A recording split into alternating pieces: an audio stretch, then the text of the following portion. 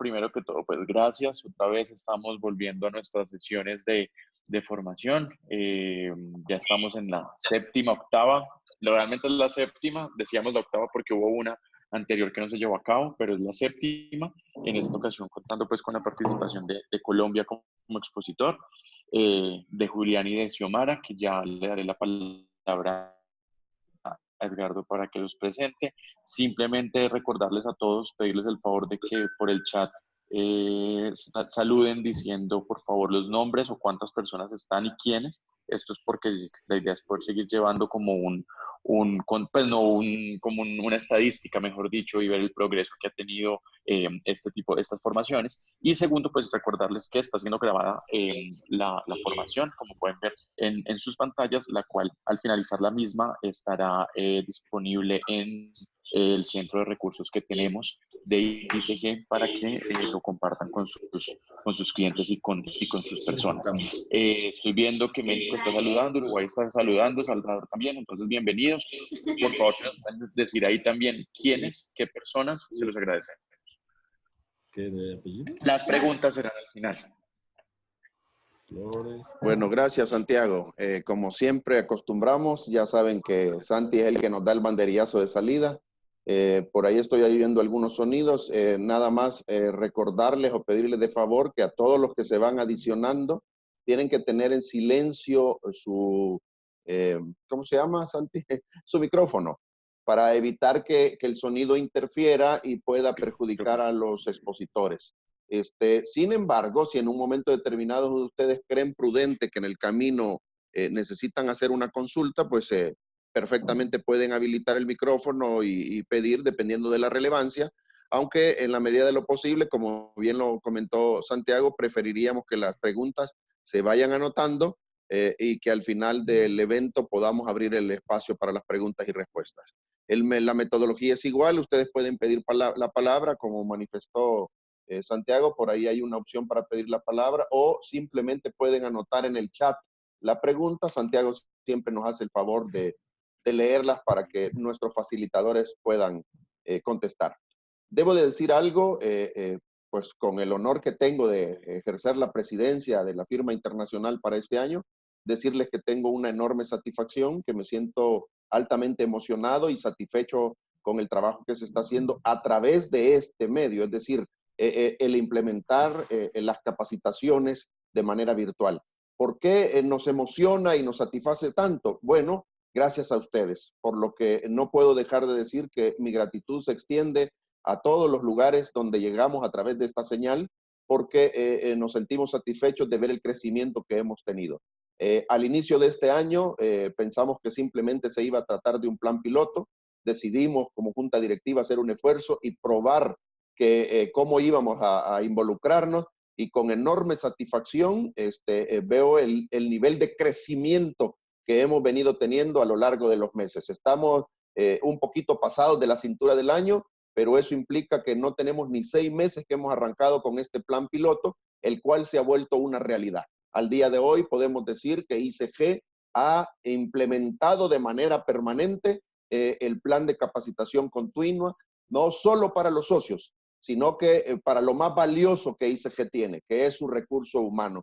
Estamos contentos de ver a nuestros colaboradores participando. Hemos tenido la suerte de tener enorme apoyo de muchos de ellos, de los cuales indudablemente los va a hacer identificarse mucho más con nosotros y sentirse parte de esta enorme familia que es ICG. Con mucha satisfacción, cada día vemos que se van adicionando más. Hoy, debo decirlo con alegría, porque aunque les tengo mucho cariño a todos, bienvenido ICG México, que ya vimos ahí en la imagen, si ustedes pueden ver, hay un grupo grande en una sala de sesiones, así es que estamos muy contentos. Como ya mencionó Santiago, tenemos gente de Colombia, de El Salvador, de México, de Uruguay, y seguramente, bueno, de algún nombre se me escapa, ya saben de que de todos modos para eso llevamos un récord. Pero bienvenidos a todos, siempre es esto, cuando empezamos, a medida va transcurriendo el evento, se van adicionando más, ¿verdad? Y lo mejor de todo es que empezamos con presentaciones de una pantalla a una persona, y a lo largo de los meses se ha vuelto una pantalla 6 personas, una pantalla 10 personas, Entonces, eso ha garantizado el éxito de este programa de capacitación. Me extendí un poco, pero en realidad era necesario decirles que nos sentimos altamente satisfechos, pero sobre todo agradecidos con el apoyo que ustedes nos están dando para que esto sea toda una realidad. Por lo tanto, como lo hago cada oportunidad que arrancamos con un evento, los invito a que lo disfruten plenamente. Recuérdense que este tipo de eventos en todas partes en nuestros países normalmente los pagamos. Son eventos pagados y de precios bastante elevados, pero sin embargo tenemos la suerte que ICG a través de su esfuerzo nos comparte esta oportunidad de capacitarnos. Son temas sumamente interesantes y como se han dado cuenta, cada 15 días hay uno en el ámbito jurídico y dentro de los otros 15 días en el ámbito contable y financiero. Hoy en esta oportunidad nos va a tocar disfrutarlo a los contadores. Los que nos dedicamos a las finanzas, hoy nos vamos a divertir.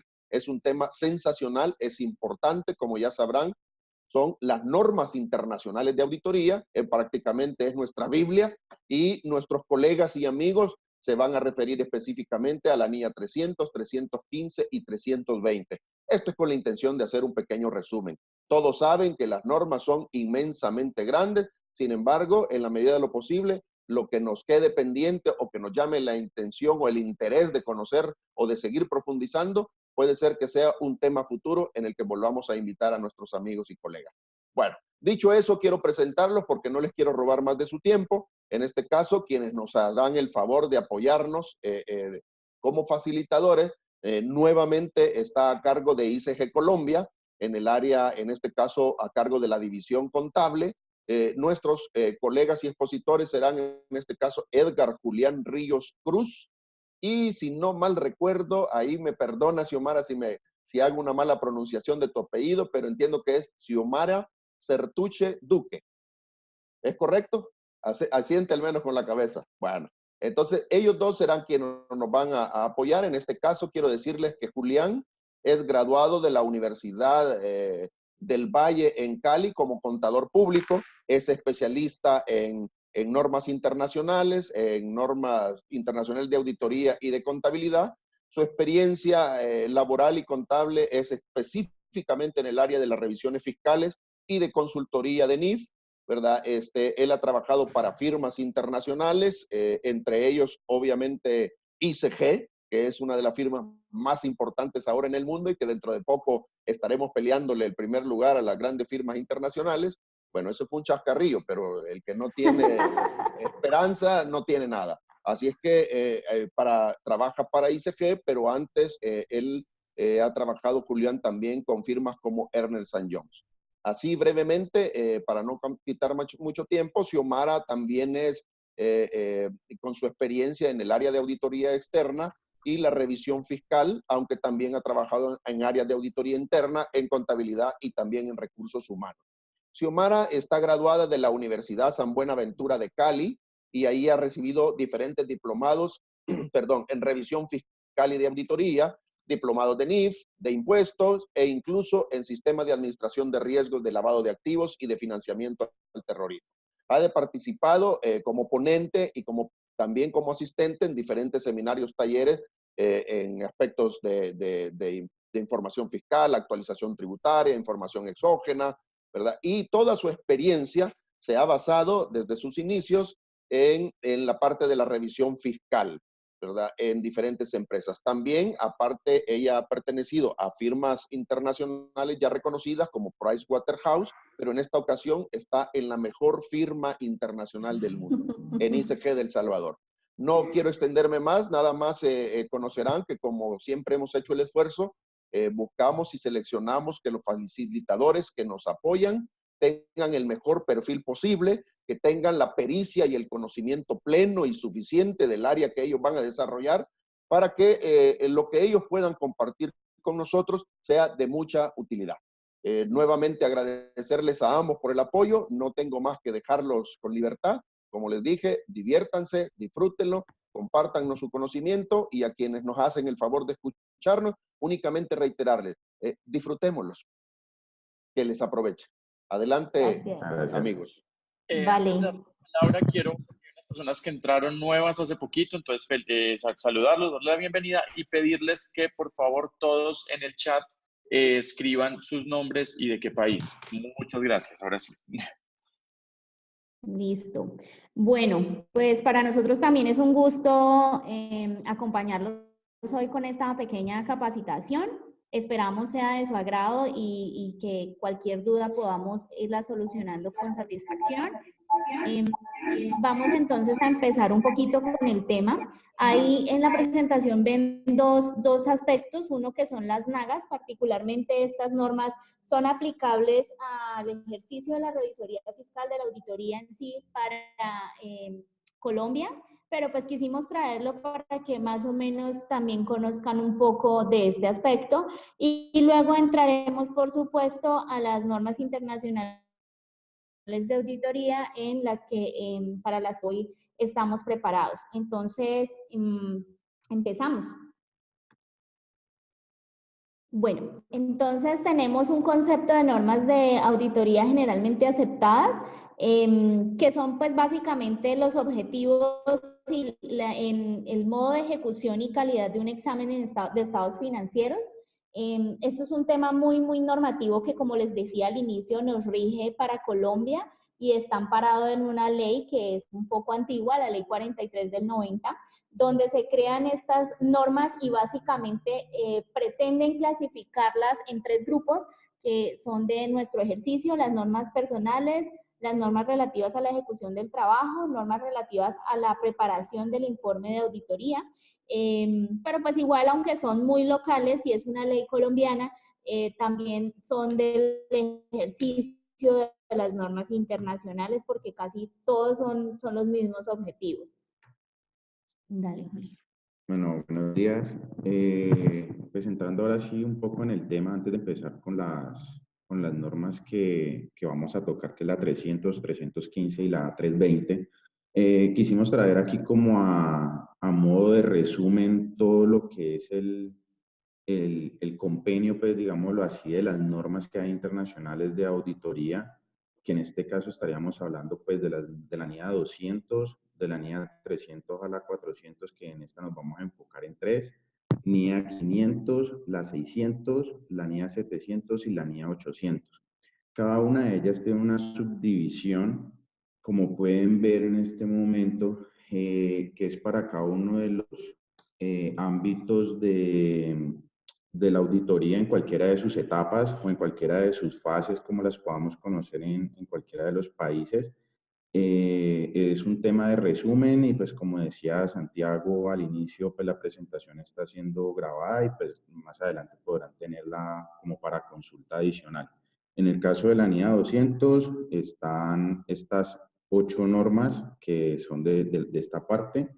La NIA 300 a la 400, aquí tenemos 3 normas que vamos a tratar en esta capacitación, que es la 300, la planeación de una auditoría de estados financieros; la 315, que es la identificación y evaluación de riesgos de errores materiales; y la 320, que es la importancia relativa en la planeación y realización de una auditoría o materialidad de planeación, como puede ser conocida. Y otras 3 que son parte del grupo de la NIA 300 a la 400. En la NIA 500 habla todo lo referente a lo que es evidencia de auditoría y lo componen 11 subnormas, por decirlo así. La NIA 600 es el uso del trabajo o del trabajo de otros especialistas que se usan en el campo de la auditoría y está dividida en 3 partes. Tenemos la NIA 700, que ya esto es nuestra fase final como auditores o son las que aplican al resultado de toda la auditoría de un año o de una actividad, una auditoría específica, y la componen 5. Y por último, la NIA 800, que son áreas especializadas, que está compuesta como por 3 normas más. Entonces, este es un breve resumen. Como pueden ver, no son solo 3 normas las que aplican, sino más o menos unas 50. En esta charla vamos a hablar específicamente de 3 y pues esa es la idea. Entonces, vamos a empezar.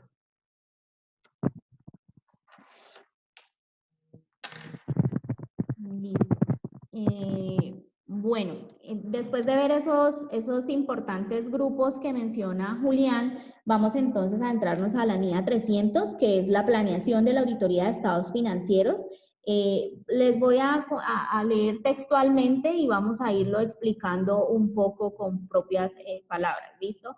La norma internacional de auditoría presenta la responsabilidad del auditor de planear una auditoría de estados financieros.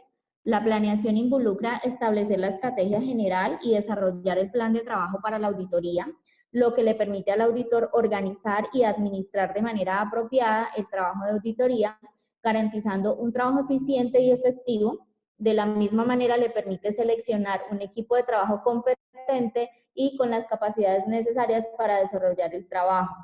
Para la planeación de la auditoría, el auditor debe tener en cuenta la entidad y su entorno.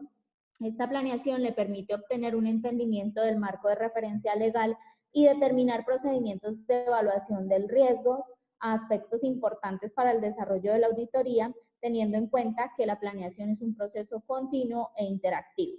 Esto, en otras palabras, quiere decir que siempre antes de empezar un encargo de auditoría, el auditor debe efectuar la etapa de planeación. Esta etapa de planeación indica que debo conocer el cliente, cuál es el sector en el que opera, cuáles son los principales riesgos a los que está expuesto, cuál es su composición como entidad y su entorno, para saber cuáles van a ser los procedimientos de auditoría que le sean aplicables y que le permita al auditor tener la razonabilidad suficiente para, después de agotar todas las etapas siguientes, poder expresar su informe sobre los estados financieros. ¿Listo? Esta etapa de planeación involucra tener un conocimiento acumulado de cliente, rodearme de sus principales aspectos, cuáles son sus composiciones accionarias, cuáles son sus principales clientes, sus aliados estratégicos, sus proveedores, en qué países opera, por ejemplo, para saber cuáles son las normas que le aplican a ese país, cuáles son los aspectos importantes a considerar en la auditoría, y esto hace que, como dice la presentación, la planeación sea un proceso continuo. Quiere decir que yo fijo la planeación, pero no es estática. A lo largo del encargo pueden ocurrir ciertos factores que hagan que yo detenga un poco el encargo y saber si debo redireccionar el trabajo y enfocarlo hacia otro aspecto.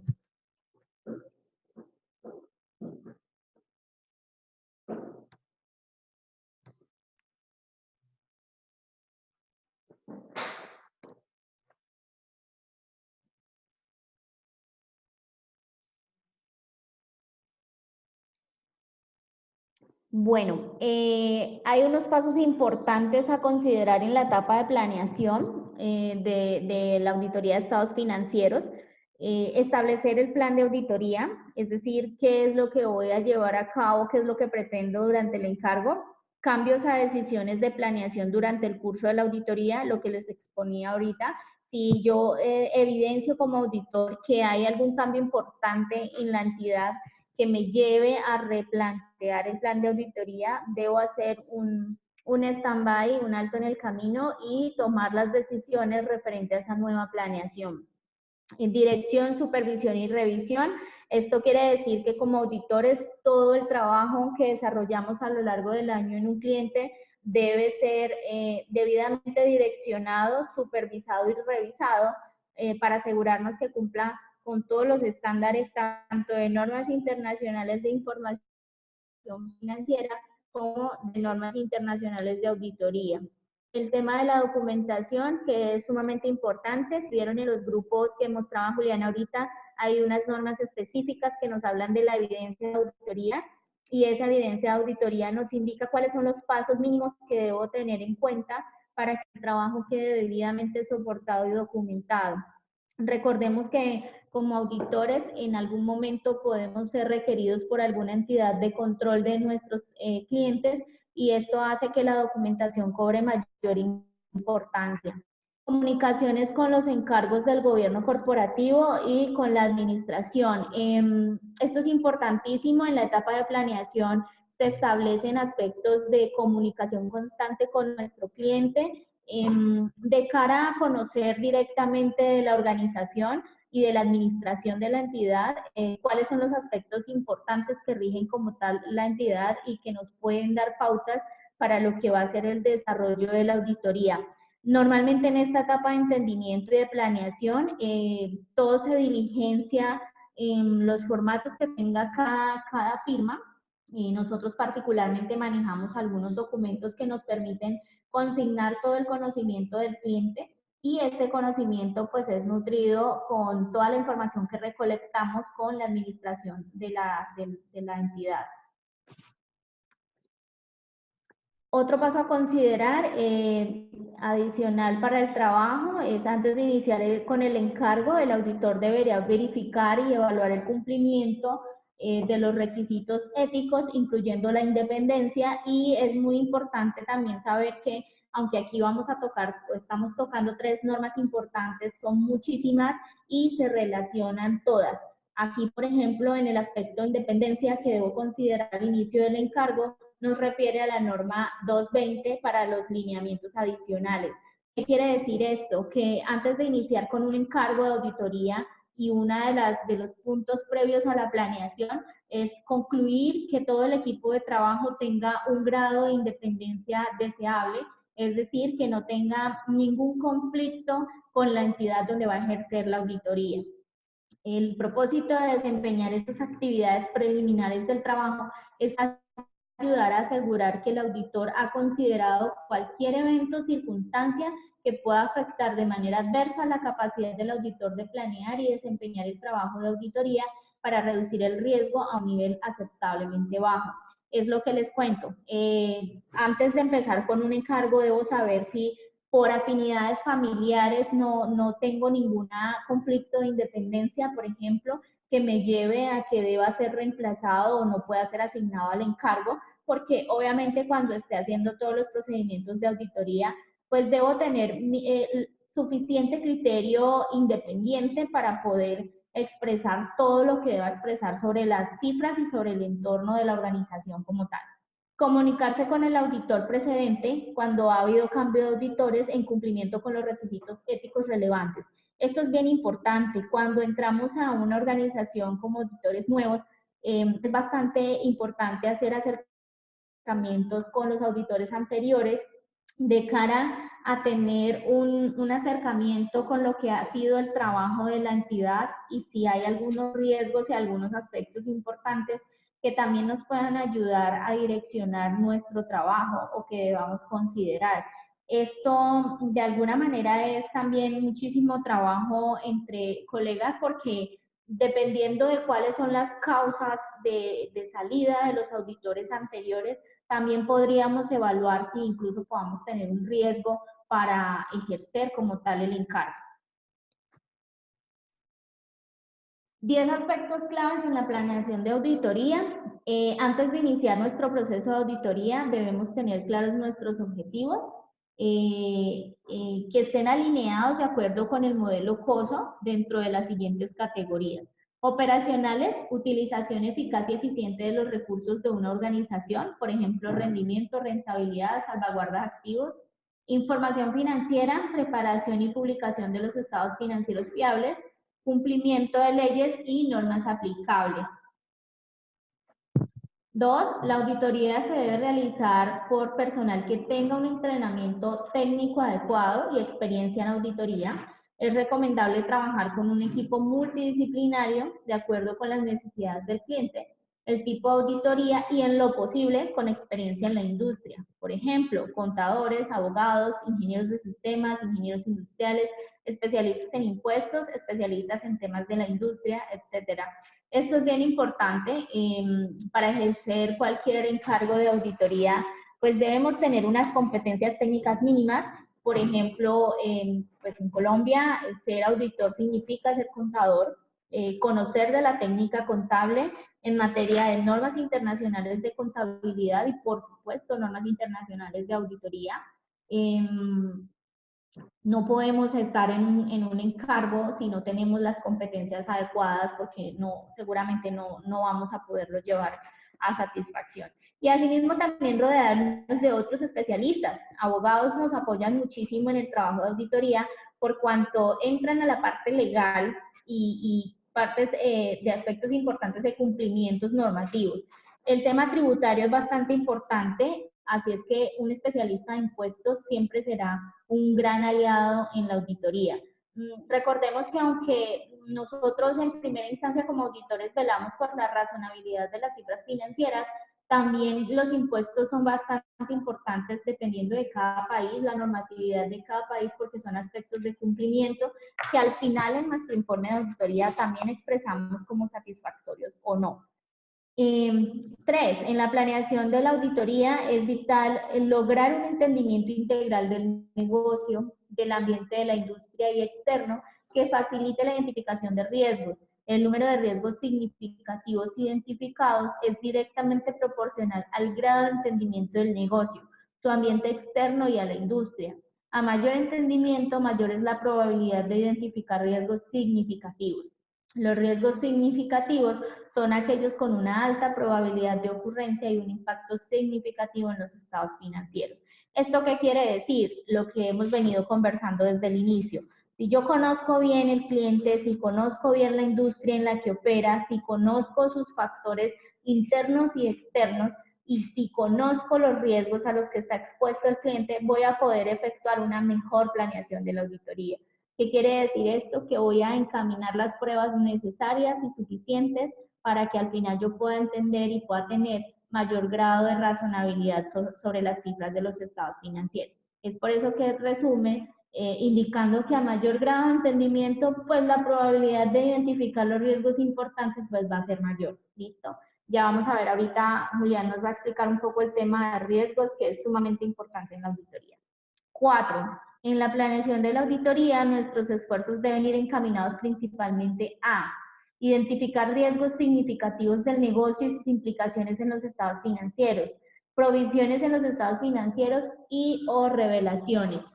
Identificar riesgos significativos de fraude y sus implicaciones en los estados financieros, malversación de activos y o información financiera fraudulenta. Determinar las transacciones significativas que se registran en los estados financieros, rutinarias y no rutinarias. Todo, como ven, es parte de un conocimiento integral.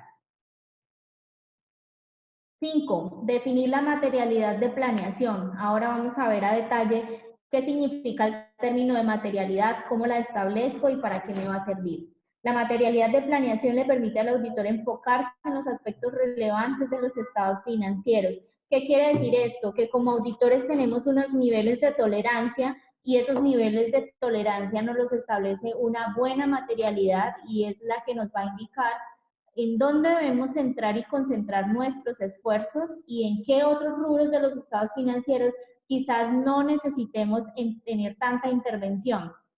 6. El entendimiento del negocio lo realizamos de arriba hacia abajo. Por esto es importante entrevistarnos con la alta gerencia para conocer sus objetivos, sus estrategias, los riesgos que pueden impedir que la compañía logre los objetivos y los controles que tiene para mitigar estos riesgos.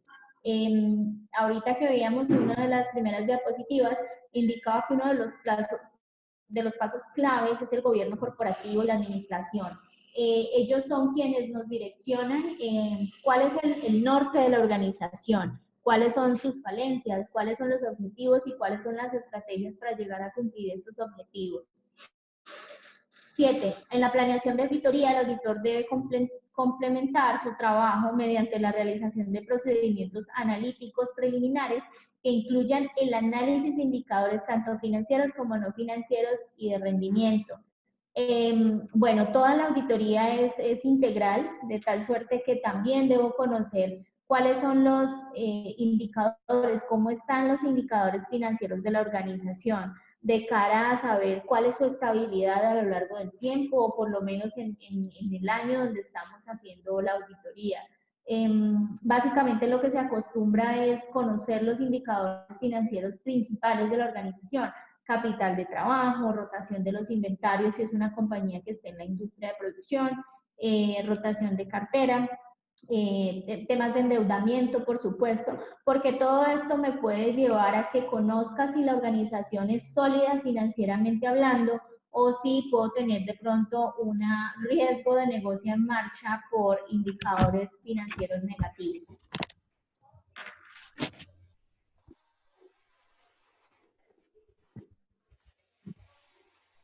8. Dentro de la planeación de la auditoría es recomendable efectuar un recorrido por las instalaciones físicas con el fin de comprender mejor el negocio y poder conocer el personal clave.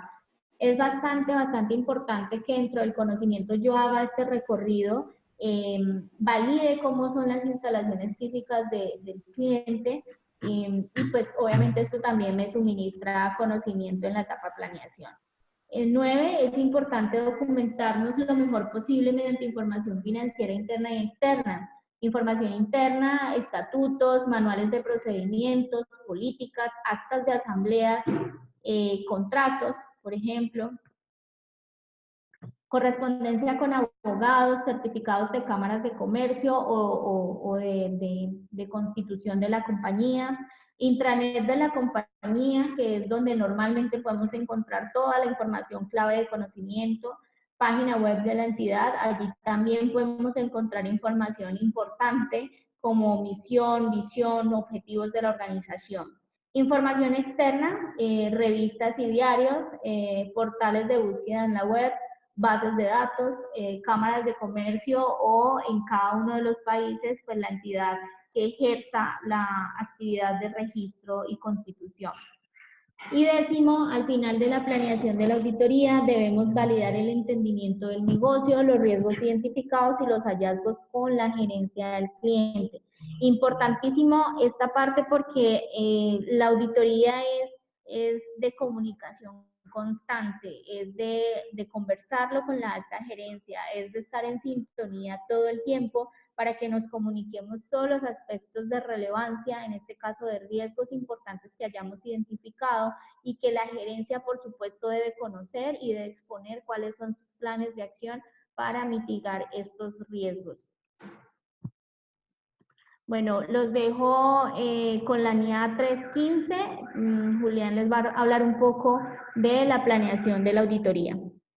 Bueno, como podemos ver, es un tema de aplicación de norma. Yo creo que mientras nosotros estamos desarrollando nuestras labores día a día, muchas veces estamos cumpliendo la normatividad presente, solo que en algunos casos podemos no tener claridad ni siquiera de qué NIA estamos aplicando.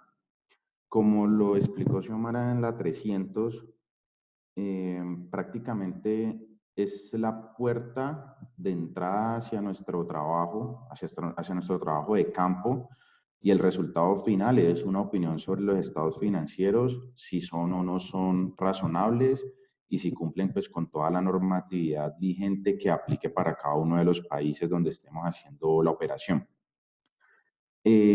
Como parte de la planeación y de la planificación y todo lo que es arrancar una auditoría, en la planificación que es la NIA 315, su alcance o su objetivo prácticamente más importante es poder determinar si hay riesgos materiales o riesgos importantes que nos puedan afectar la cifra final en unos estados financieros, que nos puedan afectar de forma material.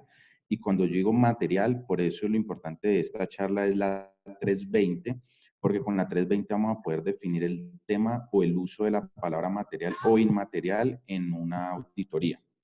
Entonces, la utilidad de esta NIA como tal es la implementación de procedimientos de auditoría, o en una traducción más plana es qué pruebas y qué procesos vamos a realizar para nosotros validar de que la información contable y financiera, legal, tributaria, sistemas de información y todo lo que conlleve la operación de la compañía estén adecuadamente pues instalados o adecuadamente aplicados. Entonces, pues como parte de la NIA 315 es minimizar el riesgo de expresar una opinión errónea, que era lo que les comentaba ahorita, por no haber detectado errores importantes en los estados financieros, por no haber desarrollado un enfoque de auditoría apropiado y eficiente que contemple una adecuada combinación. Esto es muy parecido a lo que nos decía ahorita Xiomara en la 300, ya que la 300 abarca todo. Si nosotros no tenemos un entendimiento claro de qué es la compañía, cuál es su medio, cuáles son sus clientes, cuáles son sus proveedores, cuál es la normatividad que le aplica, qué, qué problemas contables pueden llegar a tener. Si no tenemos esas reuniones con el auditor pasado, si no sabemos la gerencia cuál es la opción o cuál es como el plan de marcha que tiene para el negocio, probablemente vamos a tener fuera de vista muchos riesgos o muchas oportunidades de mejora hacia nuestro cliente y que a la final nos van a afectar en la opinión. Como dice la presentación, a mayor riesgo, más procedimientos sustantivos, a menor riesgo, más procedimientos de control. Pero igual a más riesgo y a más pruebas sustantivas es más trabajo de campo, mayor documentación y mayor seguridad en lo que vayamos a revisar o a dictaminar. Aquí hay una serie de definiciones.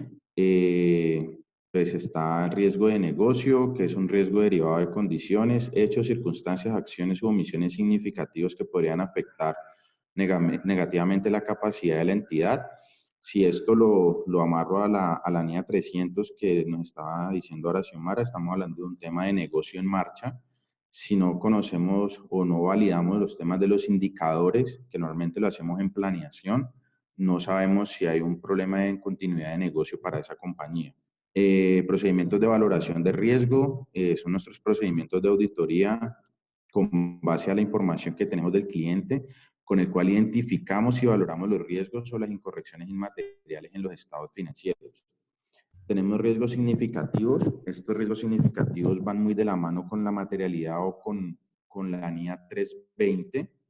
En ella podemos identificar cuáles de esos riesgos o cuáles de esas variaciones que se nos presentan durante la auditoría pueden tener un impacto en la opinión o un impacto en el informe de auditoría, sea negativo, sea positivo, sea con una salvedad, sea una abstención como tal de opinar sobre esos estados financieros dependiendo del riesgo significativo. Hay un tema de fraude, no solo fraude por robo, sino puede ser un tema de fraude financiero. La definición como tal es las distorsiones provocadas en el registro de las operaciones en la información financiera o actos intencionales para sustraer activos o ocultar. La definición lo lleva a fraude de robo y cuando hablamos de fraude financiero es manipulación de las cifras para mejorar resultados. Se puede dar la ocasión de que si la compañía está teniendo un problema con los indicadores para presentar mejores indicadores, pues hacemos un cambio en la presentación de los estados financieros y es parte o es deber de nosotros como auditores tener la capacidad de poder identificar cuando en la contabilidad hay alguna partida inusual o algún movimiento que no se ajuste a lo requerido en las normas internacionales de información financiera. Entonces, digamos, es un paso difícil de dar porque en muchas ocasiones es complicado poder detectar un fraude financiero o de manipulación financiera, pero pues ahí está el tema del equipo de trabajo, la experiencia de cada uno de nosotros como auditores y nuestro juicio profesional, nuestro juicio como contadores de la práctica contable nos puede indicar en algún momento de que algún movimiento, algún ajuste o alguna transacción realizada por el contador de la empresa o la compañía que estamos auditando no es como el más idóneo y por tal motivo tendríamos que entrar a hacer un tema de revisión con profundidad o ver que ese ajuste qué tan significativo puede ser para los estados financieros y si es un hecho de fraude.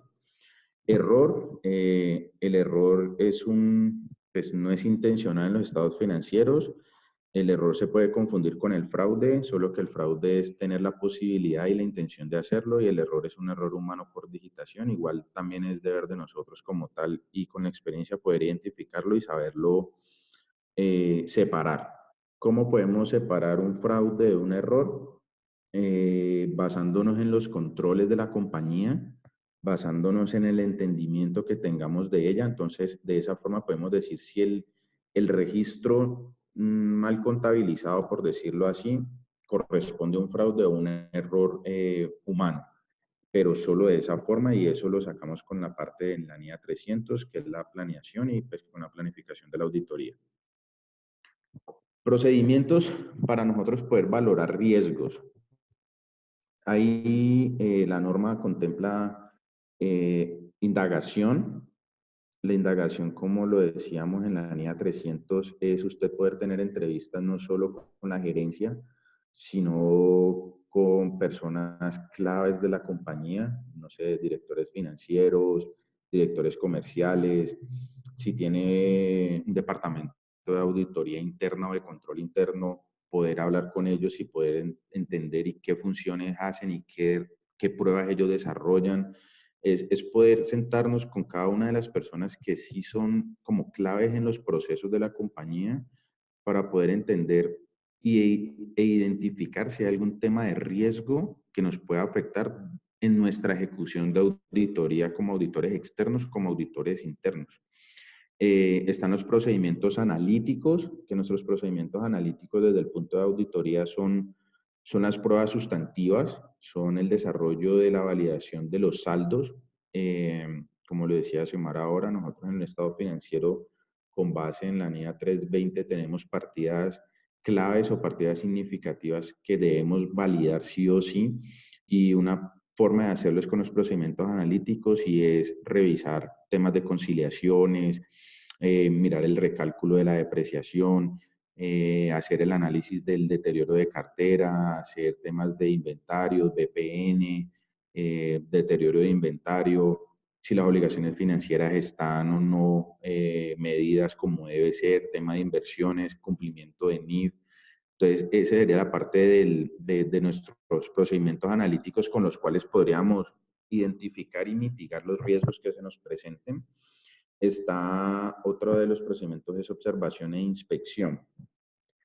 Este procedimiento es muy enfocado a temas como de inventario físico. Entonces vamos a hacer un conteo, vamos a hacer una prueba de inventario como tal, participamos en los conteos con los clientes.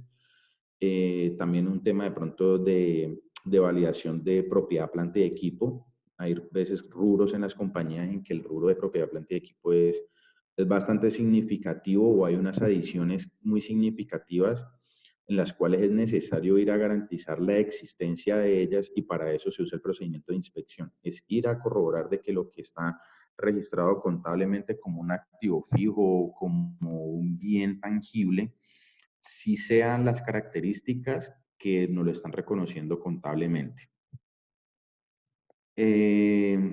Actividades para nosotros poder identificar riesgo. La norma indica 5.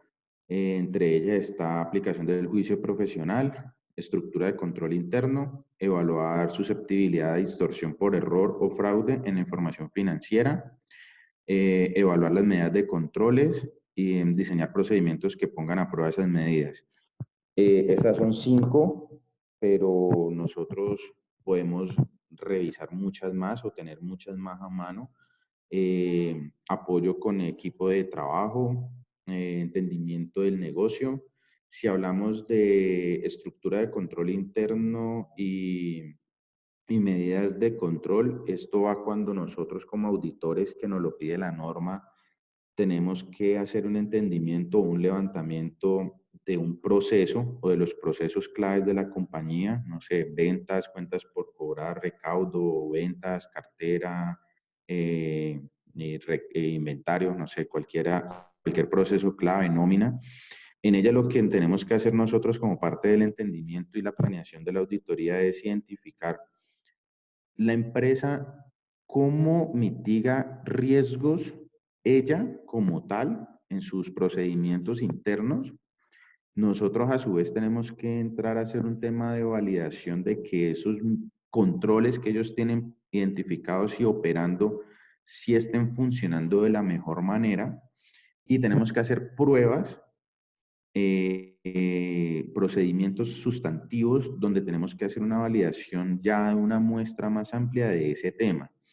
Entonces, cuando hacemos todo ese conjunto de entender, validar y corroborar la información, nos puede ayudar mucho más a identificar si hay algún riesgo. Si hay algún riesgo en un tema de control, de que si la compañía tiene un control establecido para, no sé, bloquear el cupo de los clientes cuando sobrepasan los días de pago, y vemos que así haya un cliente que le sigan facturando a pesar de tener esa condición, podemos evaluar de que hay un riesgo y se están saltando un control establecido, y posiblemente esas facturaciones que le hagan a ese otro tercero vayan a ser pues, de pérdida o no recuperables.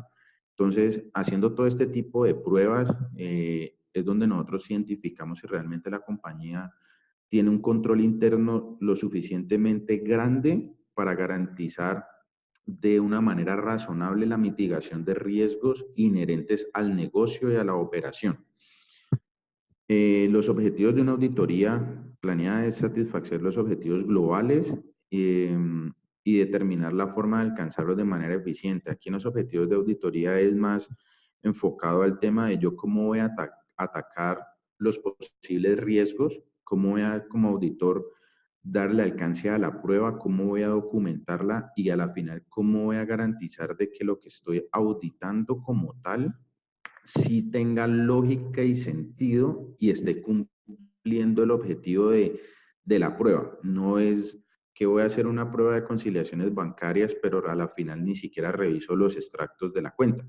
Entonces, es ver cómo toda esa planeación de una auditoría, de un enfoque a un control o a las cifras financieras, sí va a satisfacer la final lo que nosotros estamos tratando de investigar o de probar como tal. Esto es parte de lo que trae la NIA 300. En el plan de auditoría tenemos que tener claro la comprensión del negocio. Lo hemos ya conversado prácticamente desde el inicio. Sistemas de información, qué software manejan, tanto contable y administrativo, cuál es el control que tienen sobre él, temas de accesos lógicos, temas de permisos, temas de fechas automáticas, consecutivos automáticos. El levantar esta información del sistema es indispensable en el sentido en que a la final todo lo hacen por medio del software y todo eso termina en las cifras financieras que nosotros vamos a validar. Si nosotros no tenemos una buena confianza y un buen conocimiento del sistema de información que precede la información que nosotros vamos a auditar, realmente estaríamos en un riesgo grande de temas de integridad y de confianza en controles y confianza de la información contable. Es por eso que en la NIA 300 Xiomara decía que es importante en el grupo de trabajo tener abogados, ingenieros de sistemas, expertos tributarios y todo eso, porque nos ayudan a garantizar que a la final lo que nosotros vayamos a auditar esté bien y minimizamos nosotros riesgos en un campo que de pronto nosotros no tenemos conocimiento. Ambiente de control, es lo que decía ahora, es la empresa cómo tiene montados sus procedimientos internos para cada uno de sus procesos, cómo los emplea, cómo los ejecuta y qué tan eficaz o ineficaz operan los controles de la compañía. Y la naturaleza de las transacciones, pues es importante saber que si es una compañía manufacturera, pues no esté enfocada en otro tipo de empresa o de sector o de negocio, o si es una empresa de servicio, pues esté en lo mismo, de importación, y saber que las transacciones como tal registradas contablemente tengan coherencia con la operación del negocio. No cuentas que, no sé, prestación de servicio y devolución por prestación del servicio. Es una cuenta un poco no racional, por decirlo así, ya que normalmente las devoluciones podrían darse enfocadas a compras o bienes como tal. Eso sería lo de la NIA 315. Sigue la NIA 320, que es la parte del enfoque de la importancia relativa o materialidad de planeación que hemos conversado en la NIA 300 y en la 315, enfoque a cuentas significativas o riesgos significativos de cifras. Bueno, la NIA 320 como tal, su alcance, como dice la norma, es La responsabilidad del auditor al aplicar la importancia relativa a la hora de realizar una auditoría en los estados financieros. El objetivo del auditor es aplicar el concepto de importancia relativa de manera adecuada en la planificación y ejecución de la auditoría. Y la definición que trae la norma es, corresponde a cifras determinadas por el auditor que disminuyan la probabilidad de que los estados financieros no presenten información fiable, oportuna e íntegra. Básicamente, el alcance del objetivo y la definición de la NIA está enfocado a un riesgo de auditoría, que es las cuentas o los procedimientos que de pronto en nuestra ejecución no se puedan abarcar, pero que por medio de esta NIA podemos tener una seguridad de que no era significativo o no era material y no va a generar un impacto relevante en los estados financieros y no van a afectar nuestra opinión como auditores externos o auditores externos. Esta norma básicamente da unos bosquejos de cómo se debe calcular y cuál debe ser el uso. Básicamente, la conclusión de la norma es que si hacemos un mal cálculo de la importancia relativa, ese mal cálculo nos puede traer como consecuencias el desarrollo de más pruebas que pueden ser innecesarias o el desarrollo de menos pruebas y dejarnos en descubierto y ese riesgo de auditoría puede aumentar. Entonces vamos a ir viendo qué nos trae la norma. La norma, ¿a qué le aplica? Le aplica las incorrecciones materiales, se consideran materiales si en su conjunto individualmente afectan la toma de decisiones empresariales. Lo que le decía son los saldos contables de cada una de las cuentas que a la final nosotros entramos a validar, sea por juicio profesional, sea con entendimiento o sea con pruebas sustantivas primarias, y le tenemos que garantizar es de que si es material no estén con algún error o con algún sesgo de información. Los juicios sobre la importancia relativa se basan en el tamaño de la incorrección, su impacto y en la necesidad de los usuarios de los estados financieros.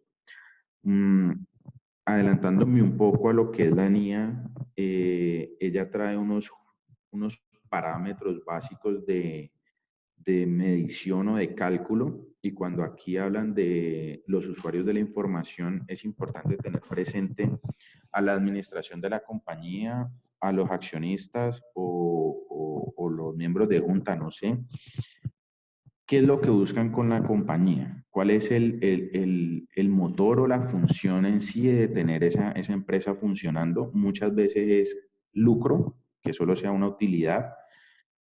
Otros no les interesa el lucro, sino generar un patrimonio o generar activos, o la tienen como un tema de fundación. Entonces, dependiendo es que también es necesario tenerlo claro para poder basar la materialidad. Si el marco normativo que aplica el cliente no mide materialidad, el auditor utilizará la guía de la NIA 320. Pues ahora por lo que es NIF entre sus políticas o manuales de políticas establece que cada compañía debe tener una materialidad para ellos, para lo que ellos deben considerar material o no. Sin embargo, esa materialidad no es en línea ni encaminada con la de la NIA 320, que es de auditoría. Normalmente esa materialidad en NIF difiere de la NIA 320 o de la auditoría, dado que este tema de materialidad puede ser muy subjetivo a la persona que lo calcula y a los intereses de la compañía. Además, deberá establecer la importancia relativa teniendo en cuenta las necesidades del usuario, ya lo había indicado. El auditor aplica la importancia relativa en la planificación y ejecución de la auditoría, evalúa las incorrecciones encontradas y mira el impacto de ellas en su opinión. Es más de lo que he dicho. Si nosotros calculamos más la materialidad, que es de la fase de planeación, prácticamente nuestra ejecución de trabajo se puede ver afectado y se tenga que invertir tiempo mayor en reestructuración de pruebas si no hicimos este cálculo bien y no lo hicimos consciente. Tanto en el entendimiento del negocio para validación de riesgos como esta NIA, creo que tienen un mayor impacto en la ejecución de pruebas y en el desarrollo de la auditoría, ya que si no tenemos un conocimiento claro de cómo hacer este cálculo y no tenemos un conocimiento del negocio, nuestra auditoría al final o en el desarrollo de ella puede no ser suficiente para poder emitir una opinión limpia o una opinión sin salvedades. Entonces, ese párrafo que acabé de leer habla sobre eso y sobre la importancia que tiene esta NIA en nuestra ejecución de auditoría, ya que con base en ella se va a hacer todo y se van a medir las cuentas significativas a las que les vamos a hacer trabajo. La importancia relativa es útil en una auditoría para determinar la extensión de riesgo, valorar los riesgos de incorrección material y determinar los procedimientos de auditoría. Es lo que les estaba diciendo hace poco.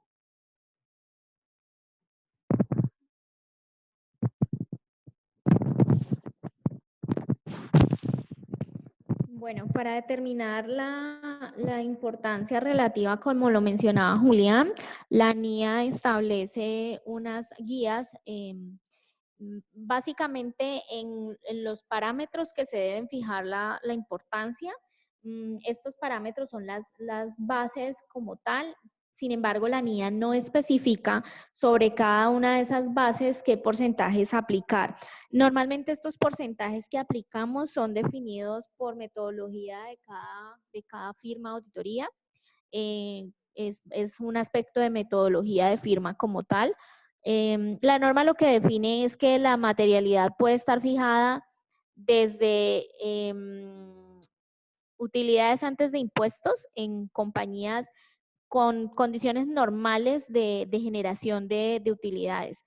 En las entidades con utilidades variables, utilidades normales antes de impuestos, las utilidades antes de impuestos deben normalizarse tomando un promedio de los últimos años, por lo menos los últimos 3, considerando excluir los ajustes por partidas inusuales o no recurrentes.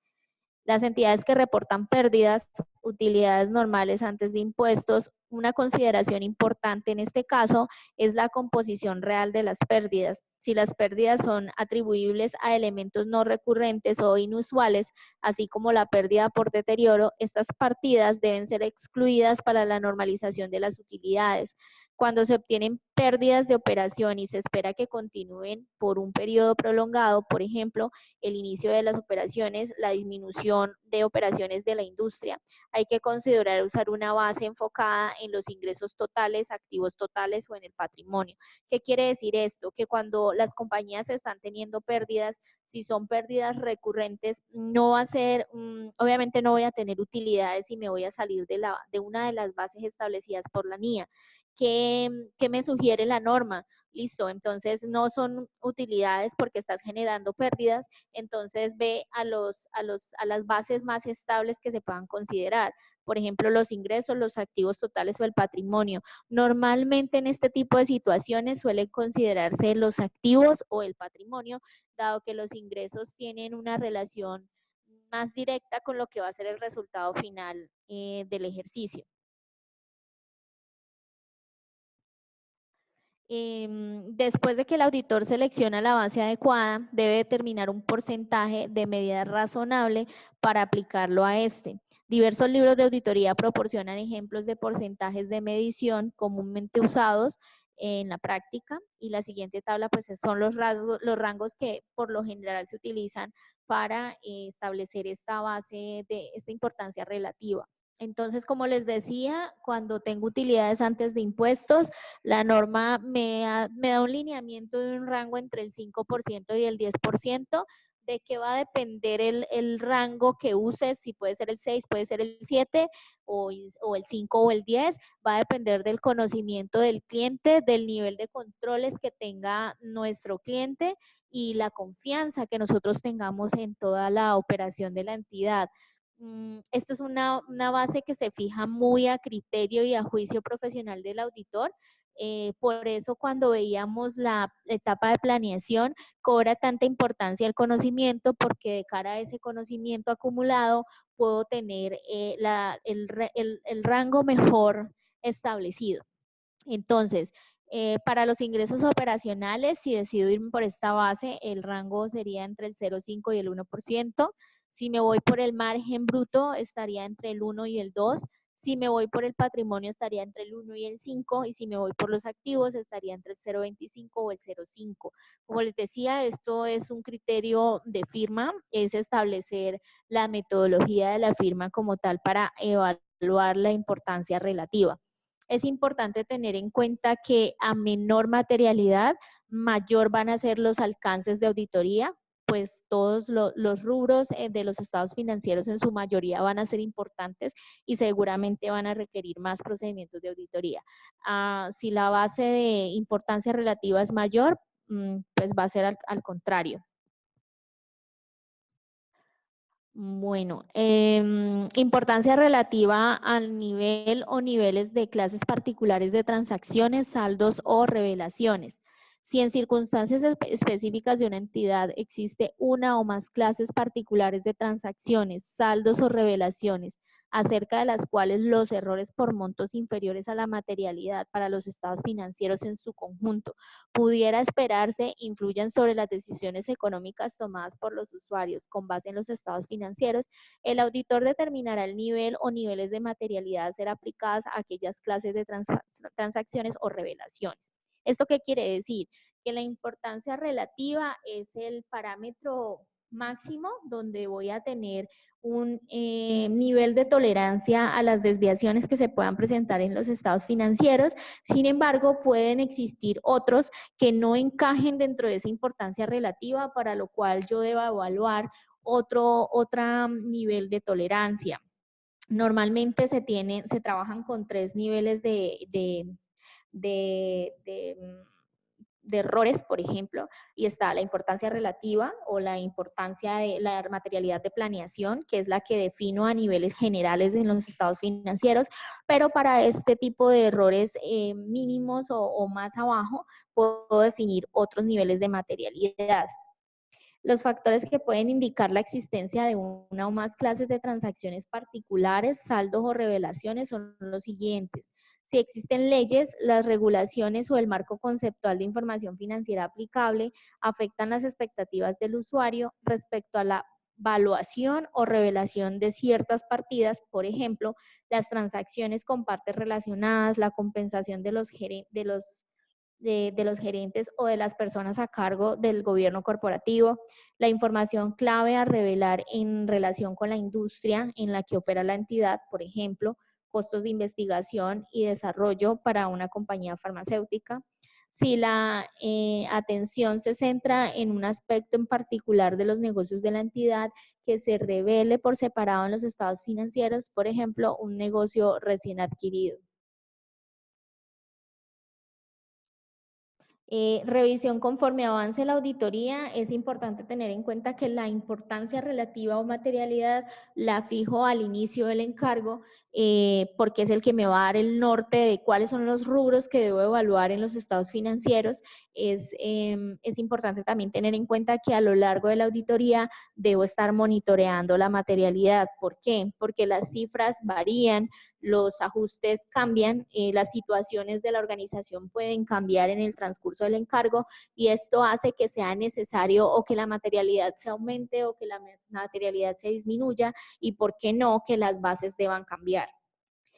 Documentación de auditoría. El auditor incluirá en la documentación de auditoría los montos y factores considerados en la determinación de la materialidad para los estados financieros en su conjunto, que es la que les hablaba ahorita.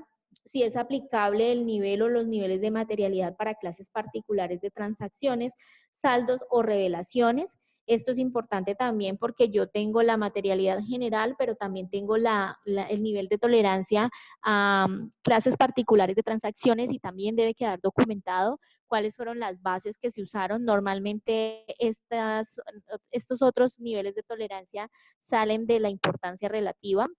y se establecen bajo unos porcentajes también de metodología de firma.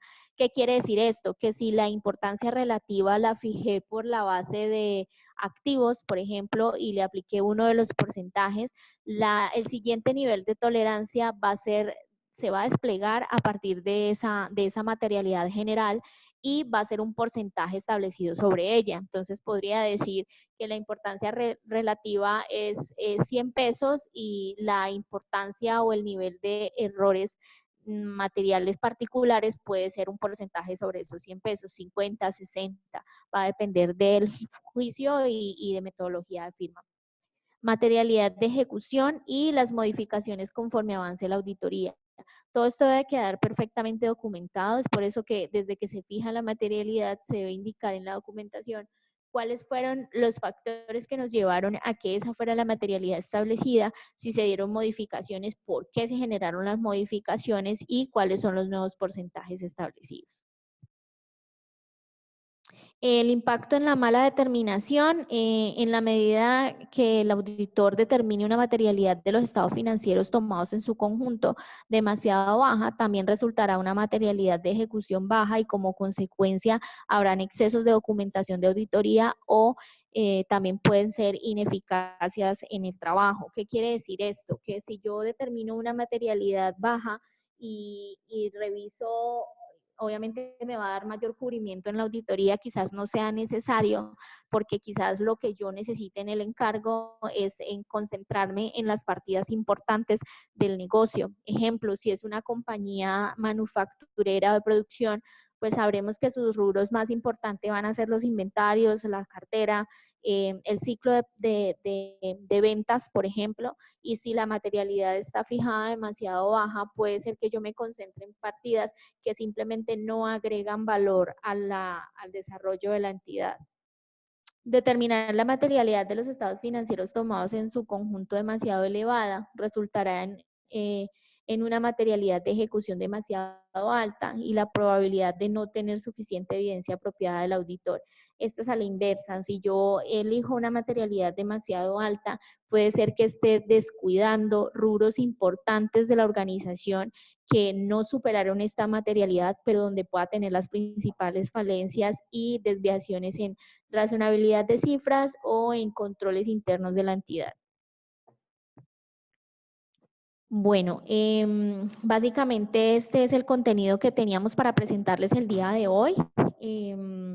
Sabemos pues que, como lo decíamos al inicio, son normas bastante extensas y esto es solo un resumen, pero estamos atentos a sus inquietudes si hay dudas o algún requerimiento de extensión que tengan.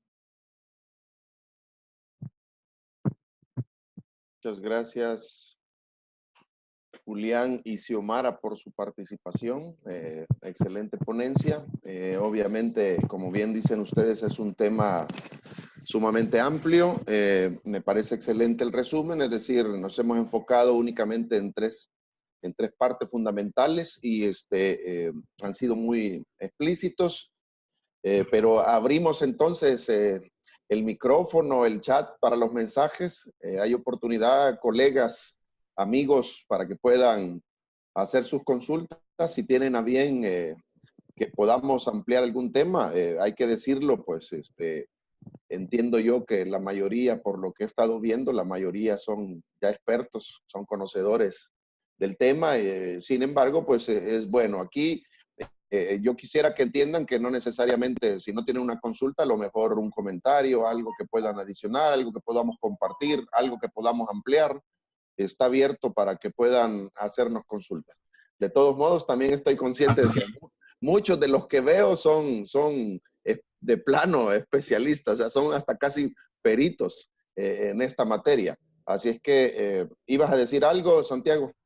Sí, no, simplemente a invitarlos que a través del chat hagan sus preguntas y nosotros las hacemos acá o con el icono que tienen de levantar la mano y les abrimos el micrófono para que la hagan si la quieren. Fíjate que aprovechando, Santi, yo también soy un poco neófito en la parte de las tecnologías. Tú siempre comentas de dónde está ese icono para la mano y me perdonas, pero no sé si los demás tendrán esa inquietud. Yo nunca veo esa manita en la pantalla. ¿Dónde está la mano?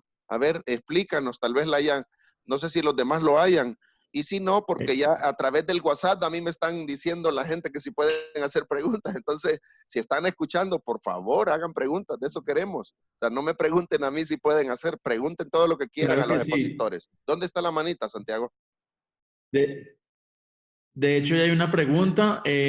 Yo no se las puedo mostrar porque estoy como host, pero Andrea sí les puede explicar cómo es la función de la manita. Ah, ok. Bueno, si quieres antes de la pregunta, para que si alguien quiere Sí. poner la manita, esto de la manita en realidad puede ser que lo vayamos desarrollando. Acuérdense que también todavía estamos desarrollando la práctica y el conocimiento de esta, ¿cómo se llama? Esta plataforma virtual. Porque también si alguien levanta la manita le podemos activar su micrófono para poder escucharlo. Sería sensacional oír de la pregunta. Pero si alguno de ustedes igual tiene, como decía Xiomara, miedo escénico, algo por el estilo, pueden hacerla por escrito, por el chat, ¿verdad? Así es que, Andreita, si nos escuchas, Sí. ¿puedes explicarnos lo de la manita? Normalmente está ubicada donde está el botón de chatear al lado. A ver. Ok. Normalmente No, está ahí. fíjense que a mí no me aparece tampoco, eso es lo que sucede. Yo solo tengo el botón de chat y luego el de grabar. No me aparece. Bueno, en fin, si a Bueno. alguien le aparece, ya saben que ahí lo puede aplicar. Y si no les aparece, pues por favor hagan preguntas escritas. Bueno, si La quieres, primera, avanzamos con la pregunta que tenemos en este momento del Salvador y es, ¿cómo se fija la estrategia general de auditoría conforme a las NIA vistas que hemos visto? Bueno, como lo veíamos en la etapa de planeación, es en esta etapa donde voy a fijar la estrategia y va a depender del conocimiento del cliente. Normalmente tenemos dos opciones y de acuerdo con el tamaño de la entidad, son evaluar controles e irnos en una confianza de controles o irnos por unos procedimientos más sustantivos o financieros. ¿Qué quiere decir esto? Que si me voy por la estrategia de controles, pues me voy a centrar en los principales procesos de la entidad y voy a hacer los recorridos y entendimientos necesarios para probar todos los controles que la organización tenga en cada uno de esos ciclos y en consecuencia puedo tener un nivel de sustantivo y financiero menor. Sí, porque los controles me han dado la confianza suficiente para saber que seguramente en los estados financieros no voy a tener tantos errores o desviaciones importantes que al final me afecten la razonabilidad de las cifras. Si decido no irme por importancia o por controles, me voy a un enfoque más financiero 100%, donde definitivamente voy a tener que ir a evaluar cada una de las cifras importantes de los estados financieros y efectuar los procedimientos de auditoría o las pruebas de revisión como tal, amparadas en las normas internacionales de información financiera. O también podría tener un enfoque combinado, que quiere decir que voy a evaluar algunos procesos importantes bajo controles de la organización y también voy a apuntarle a procedimientos financieros. Entonces los voy a mezclar en la misma medida. Puede ser que si en el enfoque 100% de controles yo voy a evaluar la gran parte de procesos de la organización, puede ser que en el combinado elija uno o dos procesos y las demás pruebas las enfoque hacia la parte financiera. También es importante tener claro que para poder fijar una estrategia general de auditoría, esta es muy relativa. ¿Muy relativa en qué sentido? Depende, digamos, mucho de la metodología o del conocimiento del cliente, porque si nosotros hacemos una prueba de controles o no hacemos un enfoque de controles, como estaba diciendo Xiomara ahora, son pruebas de detalle que van a tomar mucho más tiempo y también todo depende del encargo. Entonces, no necesariamente así la NIAS lo traiga controles, tú vas a hacer siempre prueba de controles o tu estrategia de auditoría va a ser con confianza en controles, sino que en tus pruebas sustantivas vas a hacer la de doble propósito.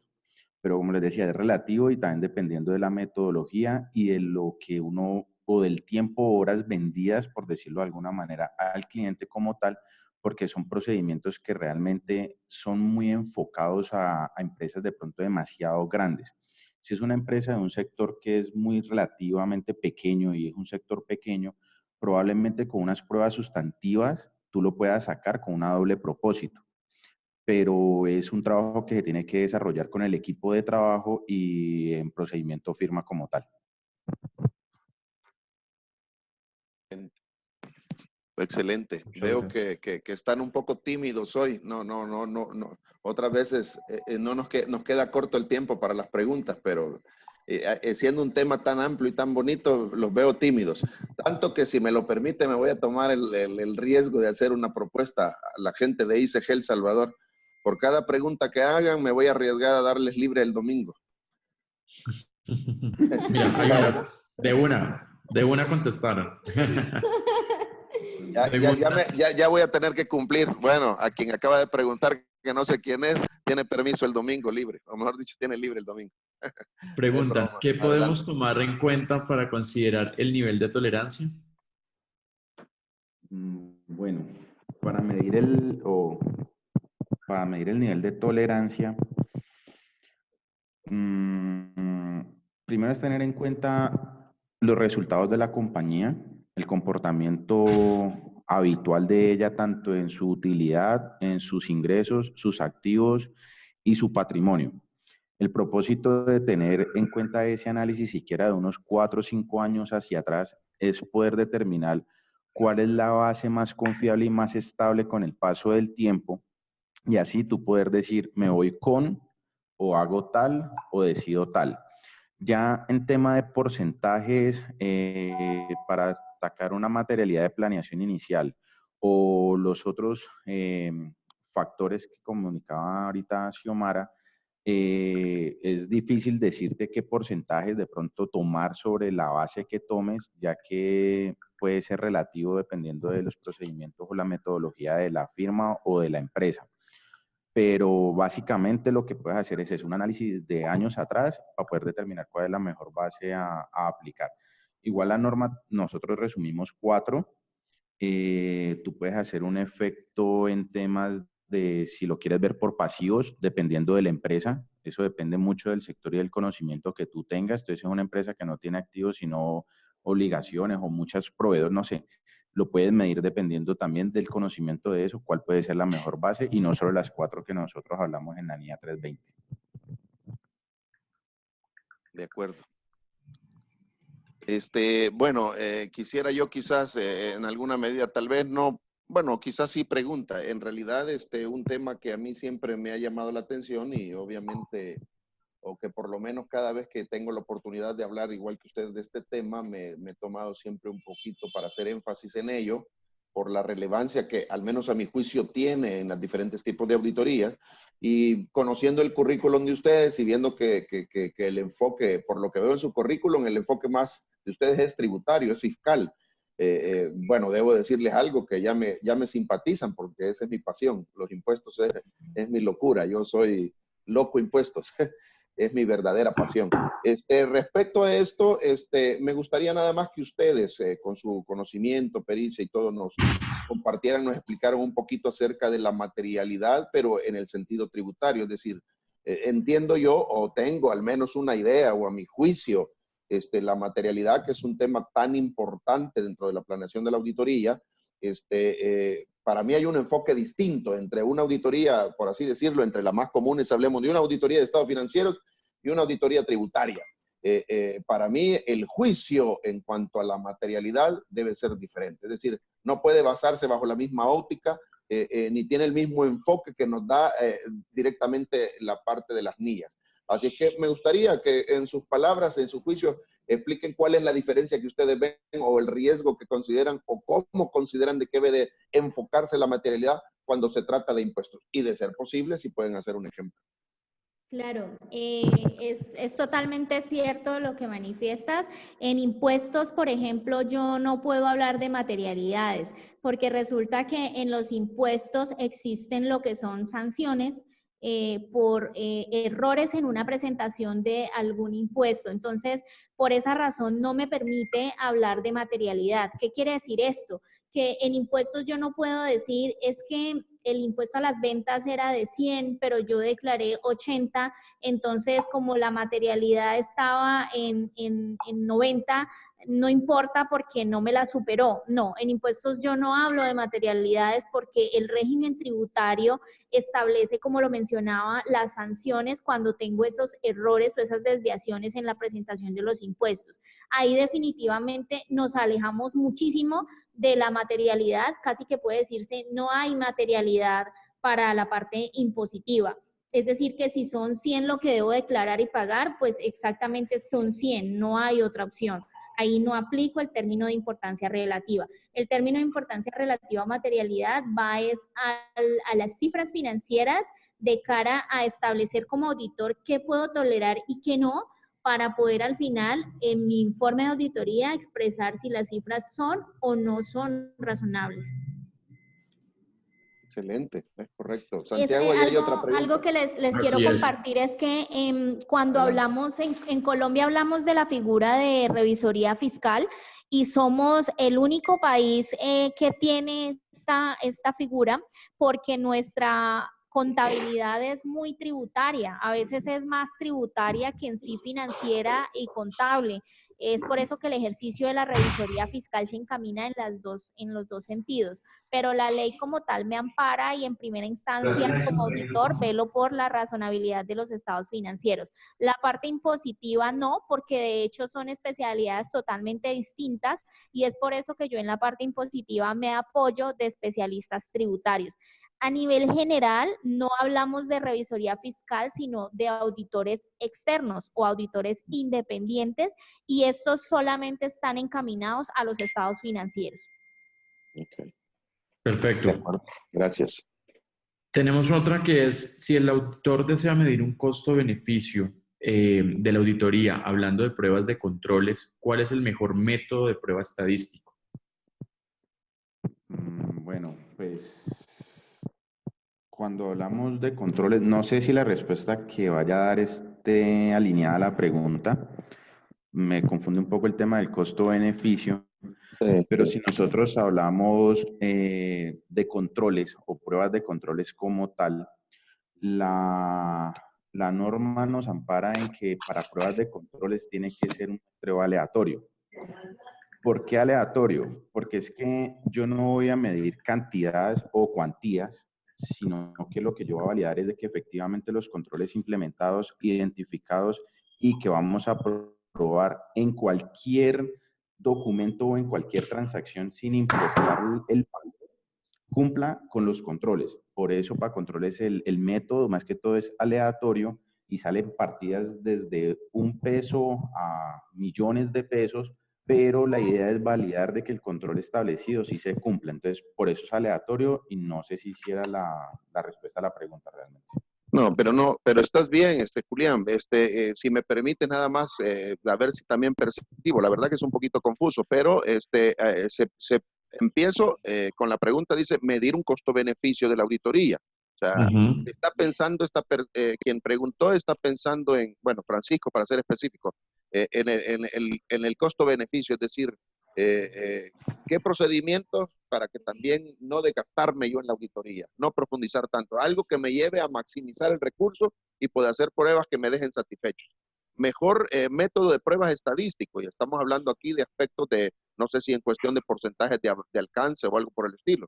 Hay que tener claro una diferencia con lo que tú acabas de decir, y la diferencia puntual en este caso es las pruebas de control.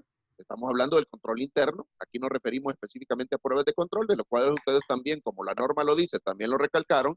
A mayor número de pruebas de uno, disminución de otras. Esta es una regla general que todos conocemos, ¿verdad? Entonces, cuando sabemos que no hay control, por así decirlo, que no hay control existente, o sea, es lógico que los auditores entendemos, para hablarlo en español y no referir lo que dice la terminología, no sirve de nada hacer pruebas de control. O sea, si ya nosotros sabemos que no hay control interno, o sea, sería absurdo que como auditores lleguemos a hacer pruebas de control. Entonces, no vamos a irnos a las pruebas de control y por lo tanto nos vamos directamente a las pruebas sustantivas. En las sustantivas, definitivamente, probablemente ahí sí tengamos que ver consideraciones en cuanto a los porcentajes, es decir, ¿hasta dónde cubro yo con mis pruebas un valor? Si el monto de las cifras a un determinado periodo es, por mencionar, como ustedes dicen, de $100, o sea, ¿hasta cuándo de esos $100 yo con pruebas sustantivas voy a probar para estar satisfecho de que el saldo es razonable? Entonces, ahí viene una cuestión de criterio, un criterio técnico que también ustedes ya lo explicaron, que también hay procedimientos y métodos para determinar la materialidad, es decir, cuando nos da la materialidad sabemos el monto, ahí conocemos el parámetro, que el método que escogimos nos va a permitir saber hasta dónde tenemos el grado de satisfacción. Y por lo tanto, no tendría ningún sentido hacer pruebas de control. Por el contrario, ya lo sabemos, que si en este caso la empresa tiene excelentes procedimientos de control, ¿verdad? Aparentemente, la clave está y los valores probablemente no sean tentativamente materiales, pues entonces hay que profundizar en las pruebas de control, ¿verdad? Y esta es una cuestión, ya es otra cuestión. Pruebas de control, las pruebas de control, al fin y al cabo, también es una cuestión de criterio del auditor, hasta cuándo se va a sentir satisfecho de que efectivamente esas pruebas de control, el margen que voy ampliando, selectivo, como dijo Julián, yo selectivamente voy probando esos controles. Y resulta ser que a medida avanzo, los controles dan una total satisfacción, hombre, pues ¿qué podemos decir? El criterio, el sano juicio profesional del auditor para saber hasta cuándo debe de detenerse con los controles. Así es que yo diría que para conocer el costo-beneficio, pues tiene mucho que ver, como ustedes también lo explicaron, una adecuada planeación, ¿verdad? Un adecuado conocimiento del negocio y la pericia y experiencia del auditor, que es otro término fundamental que las normas también regulan y que creería yo que en otro tema más adelante lo podemos abarcar. Va a depender también la pericia del auditor, la experiencia del auditor, tiene una incidencia importante en saber determinar qué procedimientos y hasta dónde el alcance debe de llegar para poder maximizar el recurso con el que cuenta en el desarrollo del trabajo. Bueno, eso es, perdón, pero que me meta, pero quise nada más. Tal vez algo sirva o no sé si los enredé más, pero No, la idea era dar una breve esa explicación. fue una muy buena explicación a esa pregunta. Es correcto todo lo que indicaste. Bueno, muchas gracias. ¿Alguien que tenga una pregunta adicional? Si no, pues no es una pregunta, pero es un comentario de Brasil donde los felicitan y dicen que fue una óptima presentación. Muchas gracias. Buena presentación. Claro, Gracias. igual opino lo mismo. Creo que aunque muchos tienden a ser silenciosos, ya muchos son muy penosos, ya me di cuenta. Pero estoy seguro que hay un alto grado de satisfacción. Obviamente, por lo que veo, casi en su totalidad, los que estamos hoy presentes, es justo nuestro, como dicen por aquí, nuestro charco. Es en lo que nos movemos y por lo tanto es algo que es importantísimo para nosotros. Siempre es útil refrescar estos conocimientos, compartir con colegas. Ha sido, por lo tanto, de sumo interés, muy valioso, de mucho valor para nosotros. Así es que en nombre de la Junta Directiva y todos los que nos hacen el favor de apoyarnos siempre, que en este caso es Comunicaciones, con el que todo el tiempo tenemos el respaldo, en nombre de Santiago Giraldo y de Andrea, que como los habrán visto, siempre están de inicio a fin con nosotros, apoyándonos, grabando, coordinando, corrigiendo errores, orientándonos, enseñándonos, porque en esto, al menos yo reitero, un neófito total en la parte tecnológica, pero siempre tenemos el apoyo de ellos. Así es que, de nuevo, gracias mil, Julián y Xiomara, por habernos apoyado, por haber dedicado el tiempo para prepararse, para armar algo. El conocimiento sé que ya lo tienen, pero solo hacer una presentación, yo sé que uno tiene que llevar tiempo.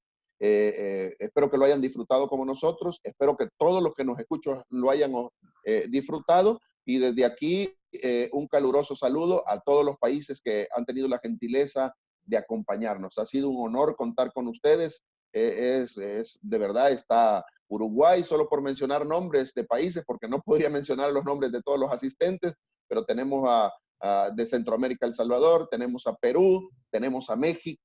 Bienvenido México, con mucho cariño para ustedes, que vive el mariachi siempre. Tenemos de Perú, que vivan los cócteles, ¿cómo se llama esta cosa? El ceviche peruano. Uf, qué delicia. Hay que apurar a Perú para que también participe en un evento y que nos pueda apoyar, y de pronto que al menos nos enseñe la imagen del ceviche, ¿verdad? Brasil, como les dije, Colombia siempre presente con expositores, participantes. Así es que habemos muchos países. Hoy mencioné a Uruguay también, ¿verdad? Creo que sí. Si alguien se me queda, perdónenme, acuérdense que también la edad a uno, como dicen, lo deja el tren y de repente todo se le olvida, pero mi cariño para todos, mi gratitud para todos los que participan y los esperamos en la próxima sesión. Ahorita no lo tengo en mente, pero sé que dentro de poco volveremos a estar reunidos y como siempre, a los que hoy están, como lo hacemos siempre, les pedimos que por favor no se cansen, de nuevo nos acompañen en la próxima sesión. 16 de agosto. 16 de agosto, excelente. Yo tengo una ponencia para Paraguay el día 13 de pronto y les mandamos la invitación y ojalá también, aunque no está calendarizado como parte de la capacitación, pero es un tema interesante, también se van a hablar temas de las inversiones, ¿verdad? Siempre es un tema interesante de cómo invertir o por qué invertir o qué es mejor, si invertir o esconder el dinero debajo del colchón, como decimos aquí en Centroamérica y probablemente lo digan en muchas partes de Latinoamérica. Entonces es un tema también interesante al que desde ya los invito a que nos acompañen y de igual forma a todos los eventos que tenemos ya calendarizados hasta el final del año. ¿Qué más puedo decir? Gracias, que tengan un feliz inicio de fin de semana, que sea largo, que lo disfruten y que regresen el día lunes con siempre la misma vitalidad, seguir trabajando con amor, con dedicación a su profesión, para que siempre puedan poner en alto no solo su situación profesional, sino el nombre de la firma a la que todos orgullosamente representamos. Les mando mi cariño y les deseo lo mejor del mundo. Que Dios los bendiga a todos. Hasta pronto.